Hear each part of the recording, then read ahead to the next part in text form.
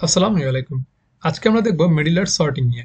মিডলার সর্টিংটা হচ্ছে আমরা যদি আমাদের লারাভেল ডকুমেন্টেশনে যাই, তাহলে লারাভেল ডকুমেন্টেশনে গেলে আমরা এখানে দেখতে পাবো মিডলার সর্টিং সম্পর্কে।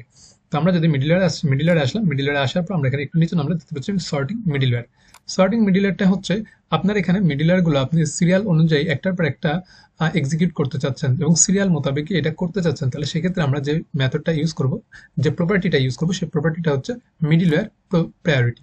এখানে হচ্ছে যে মিডলার প্রায়োরিটি, এটা আমি কোথায় লিখবো? মিডলার প্রায়োরিটি এটা আমার লিখতে হবে app HTTP kernel dot PHP ফাইলের ভিতরে।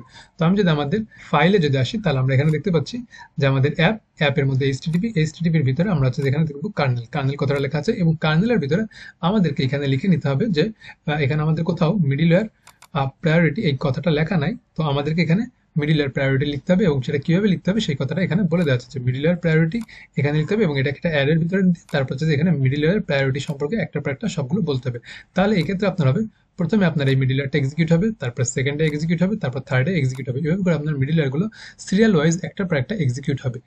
তো এটার সুবিধা হচ্ছে কি, আমাদের মিডলওয়্যার গুলো সিরিয়াল ওয়াইজ ভাবে এক্সিকিউট হয় না। তো আমরা যদি সিরিয়াল ভাবে এক্সিকিউট করতে চাই, তাহলে সেক্ষেত্রে আমরা এই মিডলওয়্যার প্রায়োরিটি এটাকে আমরা ইউজ করতে পারি। তো এই হচ্ছে আমাদের মিডলওয়্যার সর্টিং। তো আজকে এই পর্যন্তই। Thank you for watching this video. আল্লাহ হাফেজ।